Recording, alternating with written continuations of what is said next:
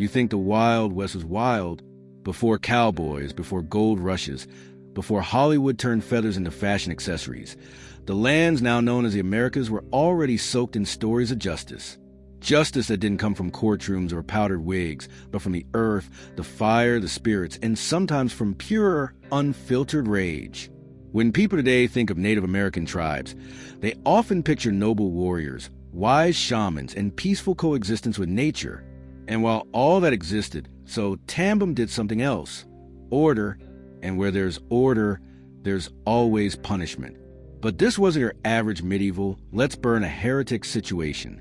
This was something older, wilder, sometimes spiritual, sometimes savage, always unforgettable. Let's set the scene. You're living in a tribal community. Everyone knows everyone. The social fabric is tighter than your least favorite pair of jeans. There are no anonymous crimes, no mass bandits. If you screw up, steal, betray, break a taboo, the entire community knows, and they will respond. Because to Native American tribes, justice wasn't about rehabilitation. It wasn't even always about punishment. It was about restoring balance. And balance, my friend, sometimes came at the cost of blood. Each tribe had its own flavor of justice. Among the Iroquois Confederacy, there was a complex system of councils and restitution. Sounds civilized, right? Until you realize that if you killed someone, you might be forced to offer your life or close relatives as compensation. Imagine your cousin getting dragged off because you lost your temper. Oops. But that's just the beginning.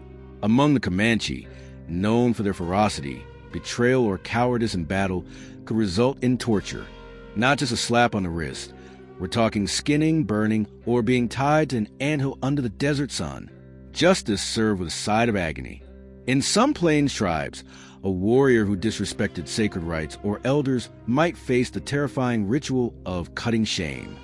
This involves slicing the offender's chest or limbs with sharpened flint, not to kill, but to mark, to let everyone know this one broke the code. And those scars? They told stories longer than any tribal legend. For deserting your people in war, you might be tied to a post outside the village for days, exposed to the elements, watched by everyone. Not to kill you, to remind you, to humiliate you. Imagine trying to recover your social life after that. Hey guys, remember when I abandoned you in battle? Good times. Even more poetic?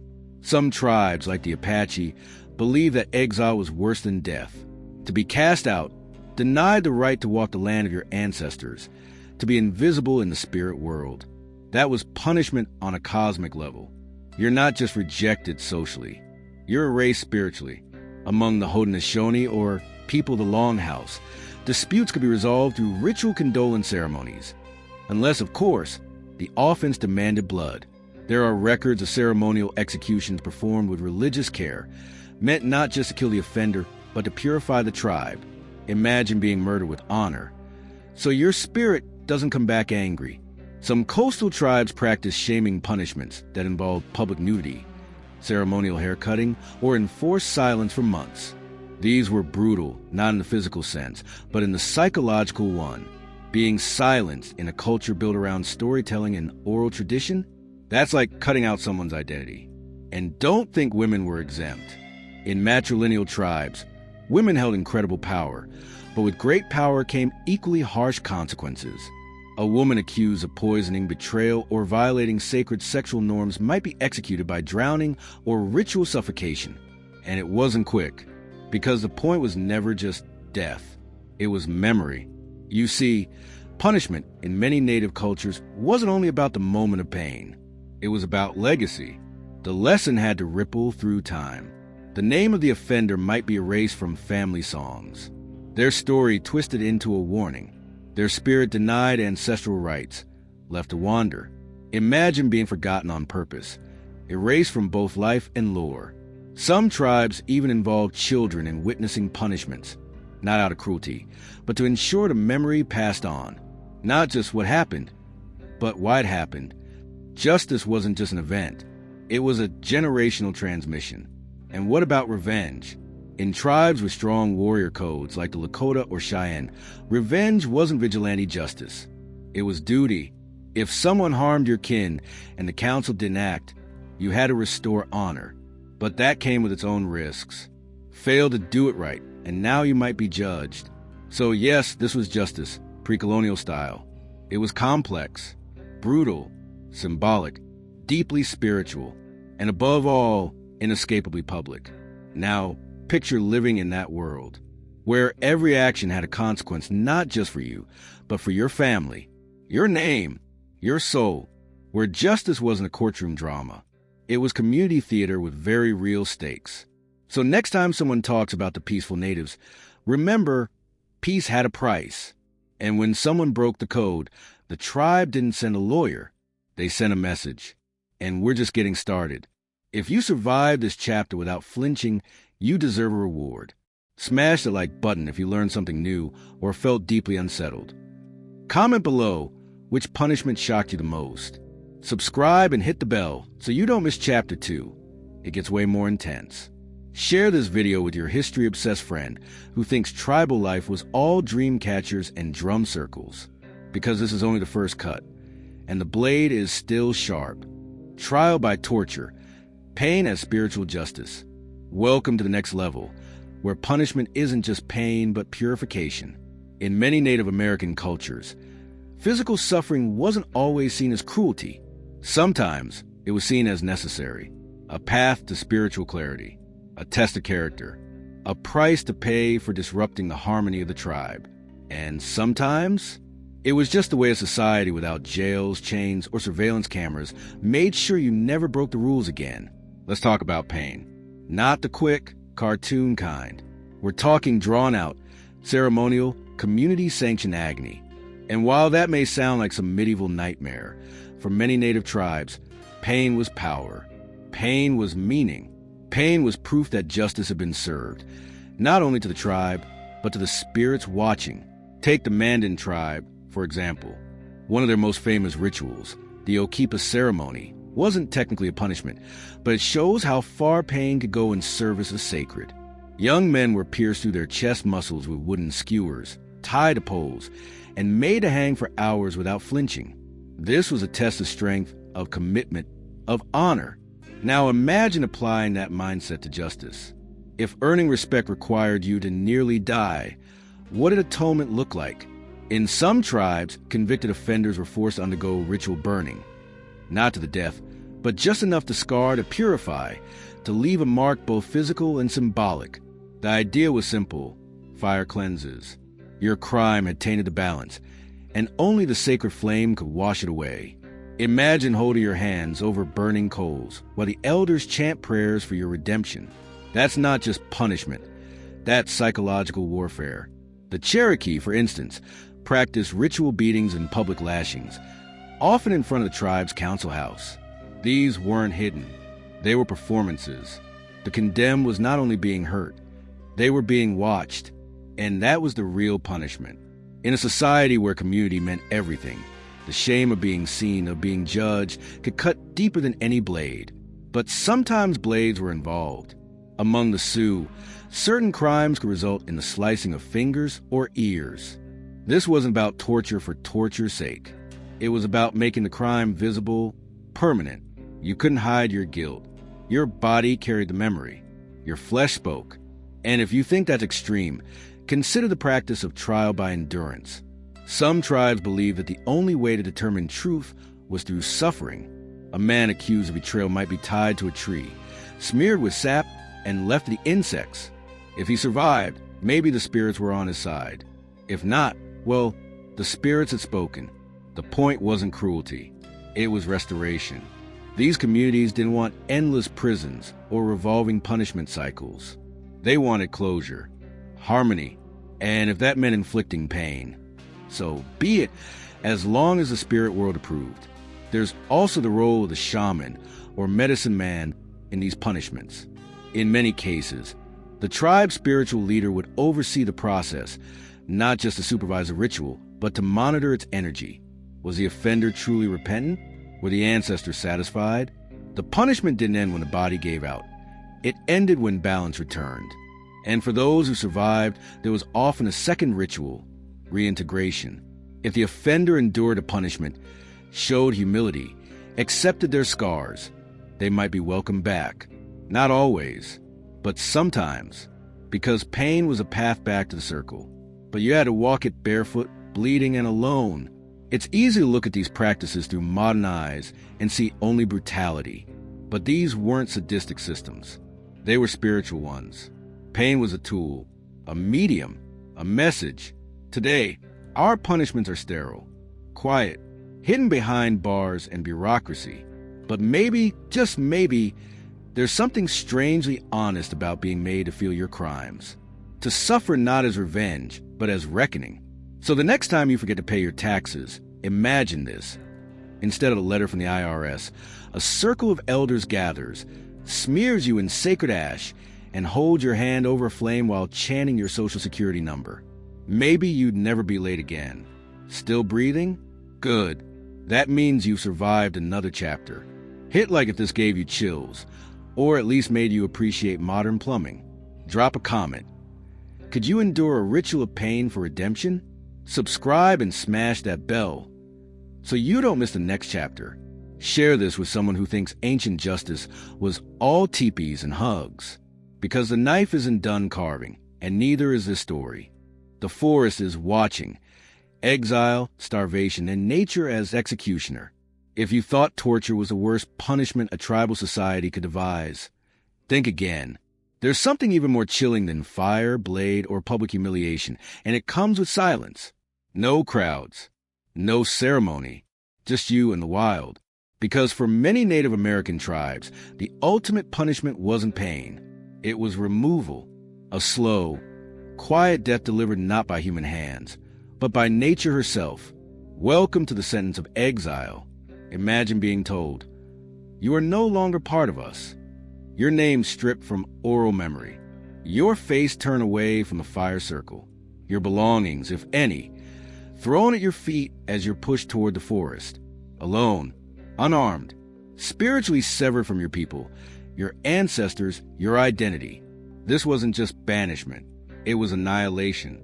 Among many tribes, exile was reserved for crimes that poisoned the community at its root. Betrayal, repeated taboo violations, or actions seen as spiritually corrupt. For example, in tribes like the Yuchi or Hopi, breaking a sacred oath or disrespecting ceremonial laws could mean total expulsion, not because the crime couldn't be punished, but because the presence of the criminal was considered toxic. To let them stay would risk the entire tribe's harmony. This wasn't symbolic. It was real. You were pushed beyond the borders of your home into a world that, while revered, was also unforgiving. Predators, exposure, hunger, spirits who didn't recognize you anymore.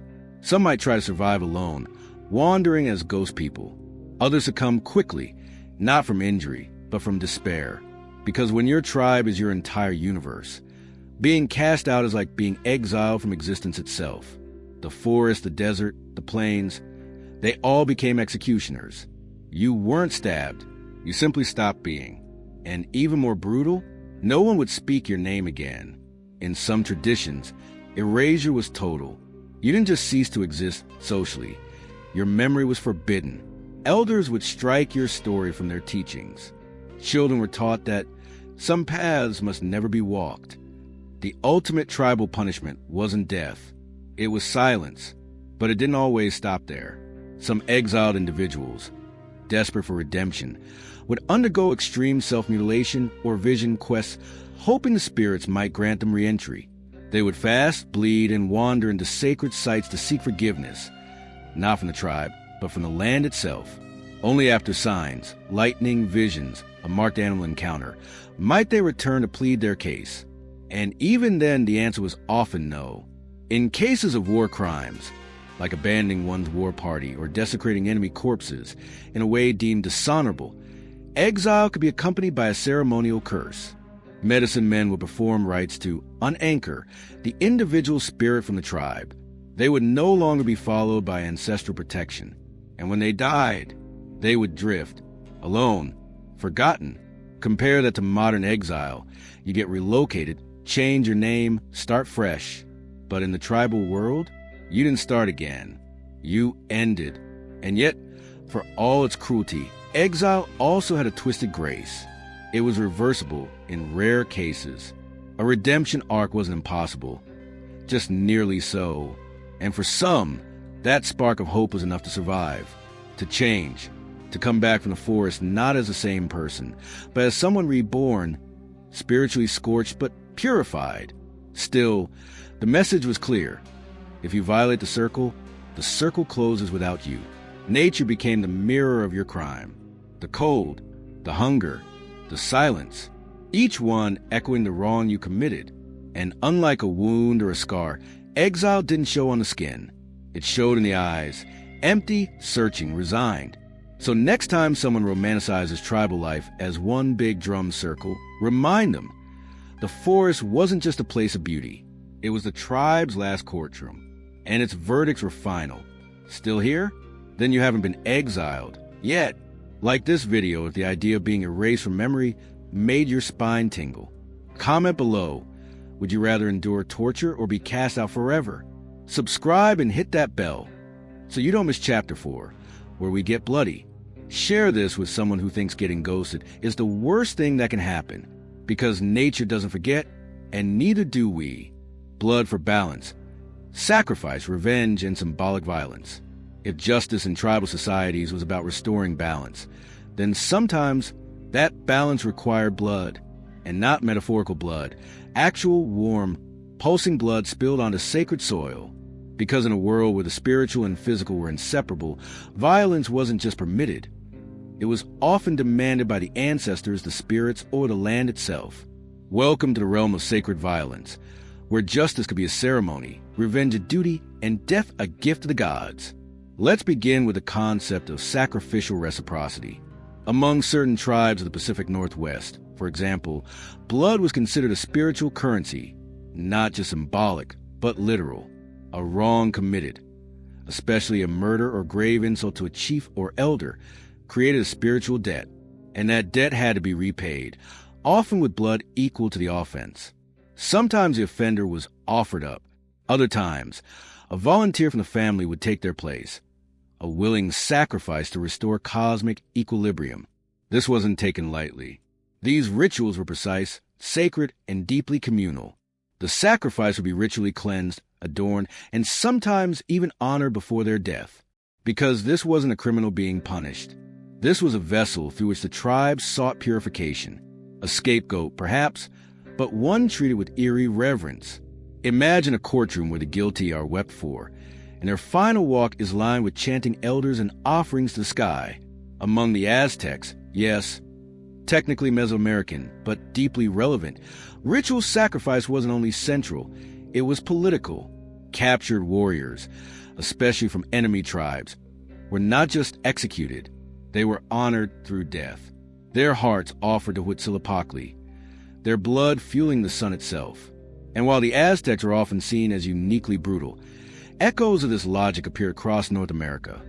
The idea that some deaths nourish the universe. Revenge, too, held sacred space. In tribes like the Crow or Blackfoot, blood feuds were codified.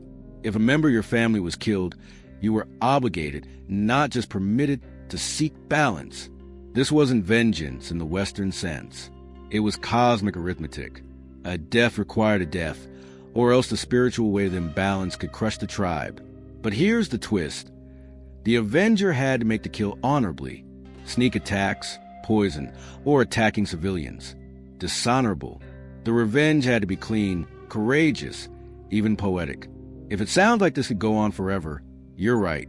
Some tribes were locked in generational feuds, with every act of justice planting the seed of the next conflict.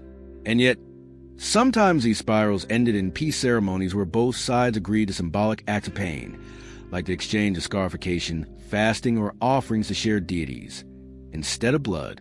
Because even in violence, there was room for transformation. There were also symbolic punishments, so intense they blurred the line between ritual and performance art.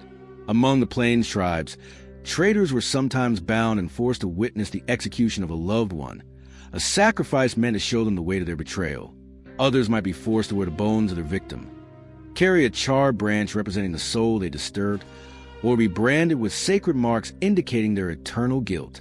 And then there were public executions, not as rare as you might think. These weren't crude affairs. They were choreographed events with roles, scripts, and sacred scripts. The condemned might be tied in a prayer pose, their last words preserved in song. The weapon used, a spear, a stone blade, chosen for its spiritual resonance. The death wasn't just about ending life. It was about telling a story the tribe could remember. In some cultures, the executioner was a chosen figure, a clean hand trained to kill without malice. They fasted before the act, meditated.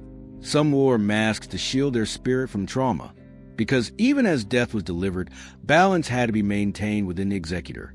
And after the blood was spilled, the ground was blessed, sometimes with tobacco, sometimes with cornmeal, sometimes with tears.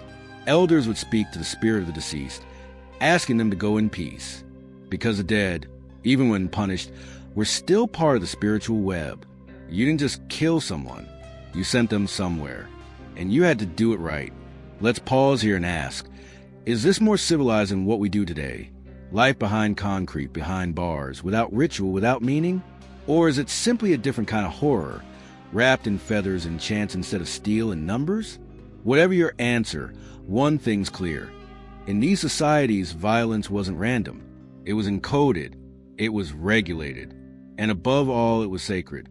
So the next time you hear someone say they were more in tune with nature, remember, yes, they were, but nature doesn't forgive easily. Nature demands payment, and sometimes that payment is written in blood. If your heart is still beating, consider that a blessing from the ancestors. Like this video if you never thought execution could be spiritual. Comment below, is sacred violence more terrifying than bureaucratic justice? Subscribe and tap the bell, because Chapter 5 might just cut deeper than all the rest. Share this with a friend who thinks ritual means burning incense and meditating, because the blade of justice never sleeps. And neither do we. What if it were you, canceled by the tribe? Now that we've wandered through blood, fire, exile, and ceremony, let's ask the question that stings the most. What if it were you? Not in some abstract, philosophical sense, but literally, you, plucked from your modern life, your coffee shops and TikToks, and dropped into a pre-colonial tribal justice system. No court, no lawyers, no privacy. Just you, your crime, and an entire community watching to see how you'll pay. Let's say you spoke out of turn during a sacred gathering. Or maybe you flirted with the wrong person, violated a taboo, mocked a tribal elder, or failed to perform your role in a spiritual ceremony. In today's world, you'd get a warning, maybe an HR email. In the tribal world, you might be stripped naked, painted with shame symbols, and forced to walk a ceremonial path through the village while everyone watches in silence. That's just the light stuff. Imagine you committed something serious, like stealing food during a drought or showing cowardice during a raid. There's no jail. There's no fine. There's only consequence. And it's coming fast, in the form of ritual scarring, temporary exile, or a trial by pain. You might be asked to endure a sacred ordeal to prove your innocence, holding hot stones, walking barefoot across burning coals, fasting and hallucinating until the spirits themselves reveal your guilt or innocence. Sound unfair? Good. That's the point. Because tribal justice wasn't designed to be comfortable. It was designed to protect the tribe. And the truth is, if you were there, if you were one of them, you'd probably agree with it. Because survival wasn't guaranteed. Harmony wasn't optional. And weakness wasn't just personal. It was dangerous. And here's the really uncomfortable twist. We haven't changed as much as we think. Today, we have social media, algorithms, cancellation, public shaming. We've just traded the war paint and fire pits for hashtags and comment threads. We no longer exile people to the forest. We exile them from platforms, from jobs, from relevance. And just like the tribes of old, we rarely forgive. Mess up once, that tweet from 5 years ago resurfaces. That awkward moment at a party becomes a viral video. The digital tribe assembles. They don't chant, they comment. They don't throw stones. They throw memes. But the result is the same: judgment, erasure, a ritual dismemberment of reputation, one retweet at a time. Could you survive tribal justice? Could you stand in front of your community, real or digital, and let them decide your fate? Imagine a tribal trial where your phone history is read aloud by a firekeeper, where your browser tabs are inscribed onto birch bark and passed around the circle, where the spirits of your ancestors are asked to weigh in on whether liking that post at 3 a.m. was truly in alignment with your sacred duty. We laugh, but isn't that what we do now? We mine for infractions. We demand atonement. We measure apologies. We ask, not did you learn, but was your suffering enough for us to move on? In some tribes, there were acts of public redemption. The guilty could prove change through sacrifice, service, or vision quests. Today, good luck. One misstep, and the algorithm buries you. Apologize too soon, you're insincere. Wait too long, you're manipulative. There is no path back, only a looping cycle of guilt and performative grief. Let's not pretend this is new. Humans have always loved moral theater. We've always gathered around to watch someone fall, whether it's around a fire or in a comment section. We want justice. But more than that, we want a show. So maybe the tribes had it right in one sense. At least their justice had a ritual, a beginning, a middle, an end. You knew your role. You faced the spirits. And when it was over, if it was over, you could be reborn. Today, we just scroll on, forgetting the names of the damned until it's our turn. So, what if it were you? Would you accept your punishment with grace? Fight it with pride? Would you seek forgiveness from your ancestors or your followers? Or would you disappear, ghosted not by friends, but by history itself? Still standing after that emotional scalping? Then you're ready for the final right. Hit like if this made you rethink your place in the digital tribe. Comment below. Is modern cancel culture just tribal justice with Wi-Fi? Subscribe and ring the bell so you don't miss what comes next. Trust me, the closing cut is the deepest. Share this with someone who says, I'd never survive in ancient times. Because sometimes you're not canceled. You're just next. Final reflection. The punishment never ends. So here we are. You survived all 5 chapters, the blade, the fire, the forest, the sacrifice, and your own hypothetical humiliation. You walked with ghosts, stared into ceremonial fires, and hopefully questioned at least one of your recent tweets. Congratulations. You've reached the end of this journey. Or have you? Because if history teaches us anything, it's that punishment never really ends. Not in tribal societies. Not in modern ones. We evolve, yes. We replace the bone knife with algorithms, the ritual fire with public outrage. But the instinct remains. We still want balance. We still want justice. We still want someone to pay. Only now, the tribe is global. The council fires are live-streamed. And the drums? They're the thunder of likes, shares, and flaming comment sections. We judge. We exile. We ritualize our rage in 280 characters or less. And maybe that's what makes us human.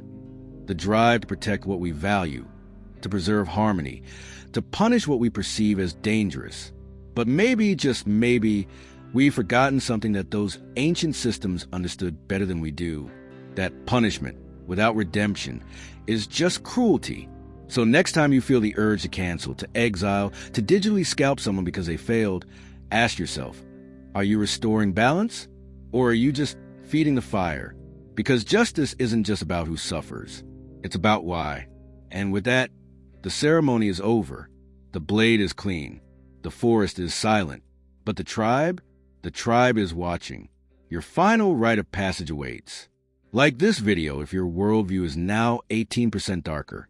Comment if you think exile by group chat should be illegal. Subscribe and hit the bell.